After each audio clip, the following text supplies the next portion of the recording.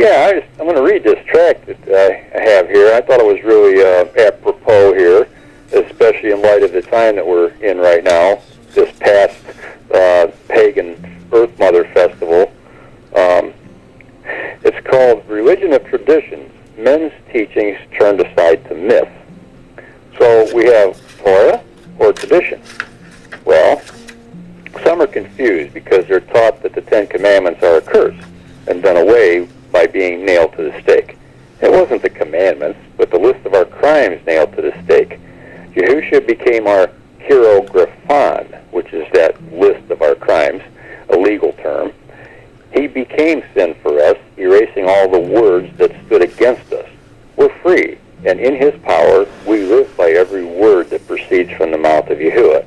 He created us to love him, and the Ten Commandments teach us how to love him and our neighbor. He created us to be his companions. We can't expect to be lawless and at the same time be accepted. When we obey another instead, it hurts him. He is jealous for our affection. Nimrod's religion of traditions breaks the everlasting covenant. The second coming will wipe clean the traditions and decisions of all the councils, and we will reboot to the living words of Yahuah only. Traditions are so anchored to family and cultural bonds that any attempt to meddle with them is useless. Yahusha will have to burn the world down to cure the illness. Yahusha's Natsarim don't use any sacraments, and Yahusha is our only teaching authority. Our behavior is vastly different from the fourth beast's religion of traditions. The traditions of the fathers was the religion of the Pharisees and was a very heavy yoke. Yahusha's yoke is light, but men have rejected it and invented their own yoke of human traditions in its place. Most have no idea how far they have fallen away from the truth. The Natsarim are the repairers of the breach. We teach the commandments as written in order to shape the hearts with Yahuah's will. Love is the outcome. Yahusha is in charge at all times, and no one gets burned, hung, or judged. He is the only judge. We work among those who serve the religion of traditions, but we don't observe those traditions. We're free because we abide in Yahuah's word, not man's. We cast down strongholds and all false reasoning with the truth, in love, of course. Yahusha's yoke sets us free. Religion is tradition, but knowing the will of Yahusha is reality. The fruits of his spirit are evident. The words of all the councils will pass away, but Yahusha's words will never pass away. When we live by every word that proceeds from the mouth of Yahuah, the yoke of men's teachings are lifted from our shoulders. We cannot serve both Yahuah and men's teaching. If we abide in Yahusha, we will know the truth, and the truth will free us from men's traditions. The mother of harlots is the pattern of the great architect Nimrod. If we refuse the truth, we will stand before the throne of the universe and explain how we chose to live by a non-legalistic belief. We believe the lie, failing to obey. If we walk legally, Yahuah will be pleased. If we think we can please him by not obeying him, we're deceived, and the truth is not in us. We are ambassadors. It is as if Yahuah himself is pleading through us to be restored to favor. This is done by obedience, not just believing. Even the demons believe. If we pleaded with them to just believe and live under what they call grace and to continue eating ham and working their job on the day that we were told to rest and calling Yahuah by whatever name tradition has taught us to call him, we live in a delusion. Yahusha is the living word, and we are told to walk even as he walked. And by this we know that we know him, if we guard his commands. The one who says, I know him, and does not guard his commands is a liar, and the truth is not in him. But whoever guards his word, truly the love of Elohim has been perfected in him. By this we know that we are in him. The one who says he stays in him ought also himself to walk, even as he walked. Beloved, I write no fresh command to you, but an old command, which you have had from the beginning. Now that's 1 Yahuah 2, 3-7. So please wake up. Those who do not live by the commandments do not know him, nor do they belong to him.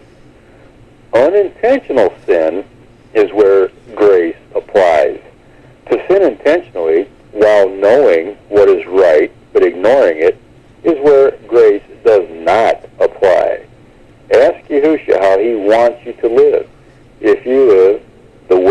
wants, you will not have to live by men's religion of tradition, and you will be shunned by everyone who wants to remain the way they are. The light exposes the darkness. So, what is a body of teaching? Well, it's considered a yoke. Do we have freedom to disobey the commandments of Yahuah, to do things Yahuah calls an abomination? Our freedom is from the traditions of men. Yahusha was critical of the traditions, not the Torah. Yahusha calls the teachings of men leaven. He was not critical of the Pharisees because they obeyed the commandments, but because they disobeyed them and made men's traditions their commandments. Yahusha's word proves this at Yahuah 15, 7 through 9, where he says, hypocrites, Yeshayahu or Isaiah rightly prophesied about you, saying, this people draw near to me with their mouth and respect me with their lips, but their heart is far from me. But in vain do they worship me, teaching as teachings the commandments of men. So basically, in other words, they do things they think he likes, but in reality, he abhors them. What I'm about to describe will bring many teachers kicking and screaming out into the light. A yoke is a body of teachings. The yoke described in Galatians and Yahuah 16 is men's traditions. Most teachers misidentify the yoke being discussed, thinking that it refers to the Ten Commandments. This will explain Paul's reference, which Catholics and Protestants, especially teachers, still twist. So the repairers of the breach, okay? Men's religion of traditions has the whole world confused. Natsarim are Yahusha's repair of the breach of the covenant. The commandments were not nailed to the stake, but rather the list of our crimes. Paul's former way was as such, listed in Galatians 1, 13 and 14. For you have heard of my former way of life in Yehudaism, how intensely I persecuted the body of Elohim and ravaged it. And I progressed in Yehudaism beyond many of my age in my race, being exceedingly ardent for the traditions of my fathers. Well, this yoke was not the Torah of Moshe. It was the traditions of the fathers. Now we can understand what this means when we read Acts 15:10. Now then, why do you try Elohim by putting a yoke on the neck of the taught ones, which neither our fathers nor we were able to bear? Well, the yoke or teachings of the traditions of the fathers was keeping men from calling on the name of Yahuah. The wisdom of men is falsely called knowledge. Gnosticism and Nimrod's star religion has spread everywhere. That's the same thing that's going on today. The traditions of the fathers, okay, keeping people from calling on the name of Yahuah. Okay, look at what the Pope did in 2008, writing that papal bull. We can't use the name of Yahuah. That's dangerous to their organization. All right, what is leaven?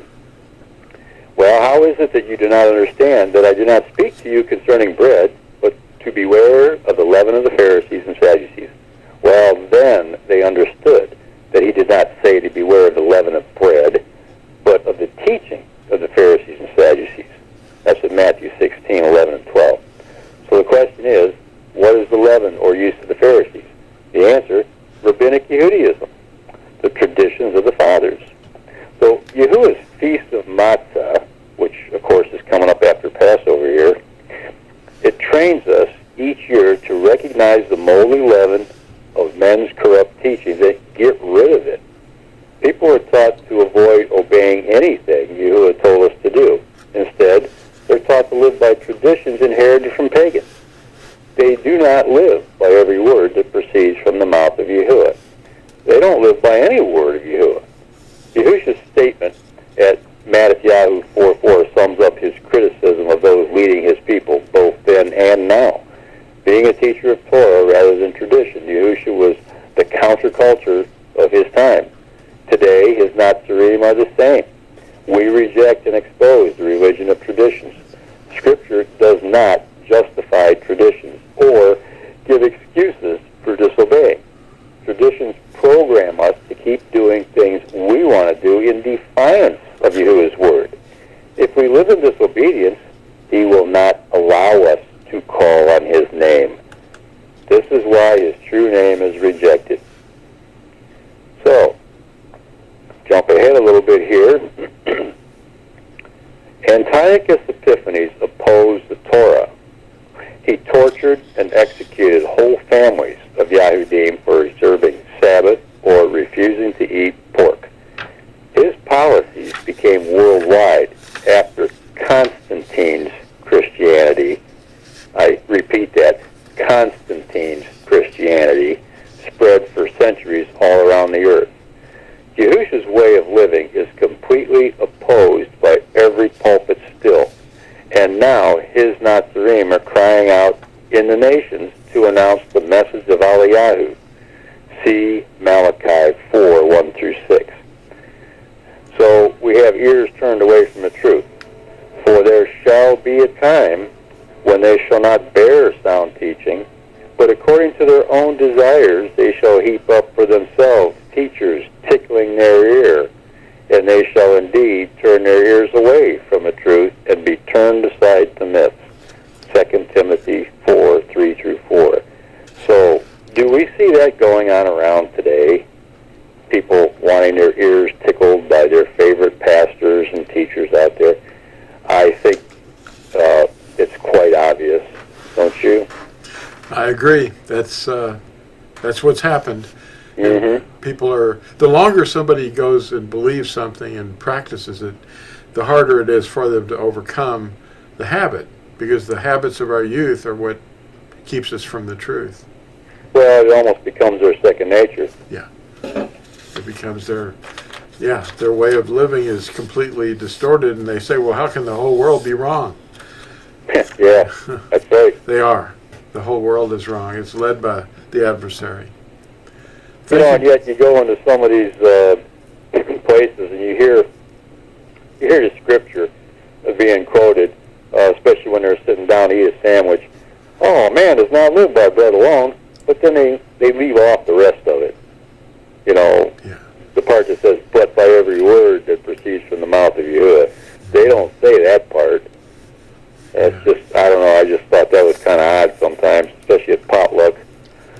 What do you think? Yeah, they don't study on their own. That's why they don't read the scriptures on their own. Even the King James Version has enough truth in it to make people's heads turn to the truth.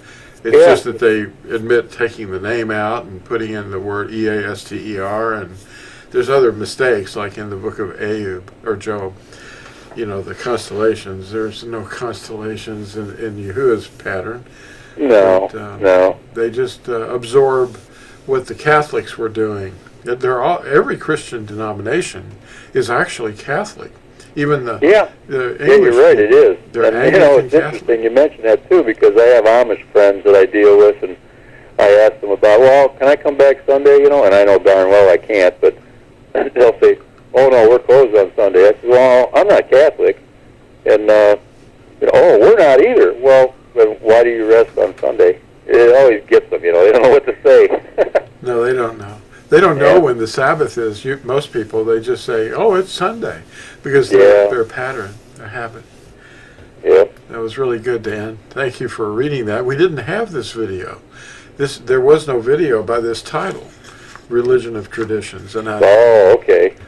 So now it's up there. Or, well, all right. Well, hey, hopefully it'll hit some eyeballs out there that want to see this and fall on some ears and want to hear it and make some folks think, you know. But this whole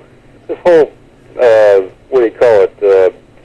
I call it Beaster Festival that just passed here. It was the last week or something. Everybody was all hoo-hawing about the Bunny Rabbit Festival. And, I mean, they don't know any better. I know. I understand that. But just between you and me, you know, we talk about this. But the question I have, and I've asked some of them, well, okay, Passover's coming up here in about a week. So how can you celebrate a resurrection before you had the Passover? Yeah. I wonder about that. Well, they're following the system that Constantine set up at Nicaea. But, that's right. You know, I just heard another way of looking at all the Christian festivals is to just rename them for what they really are. You know, they're Christmas is what we might call Christmas, Kirstmas now. Yeah. It's not anything in the scriptures. There's nothing about that. That's actually the former birthday of the sun. All the pagans celebrated on the winter solstice in the northern hemisphere. Mm-hmm. Yep. and every one of the things that they do, like you were reading in the track, it's all from paganism, and it's been revised. Yeah, they wrap it up in something new and put a bow on it, and oh boy, the people just love it. Well, it's not good. It's not good. They can't No. continue like this. He's going to burn the earth and overturn. He's going to overturn the surface of the earth because they have broken the everlasting covenant. Yeah. That's the 10 Commandments. Yep. Well, thanks, Dan. That was really good, and it's All right. a short one, Thanks but for asking me. yeah, it was really good. So, thank you all for watching, and like and subscribe. Bye.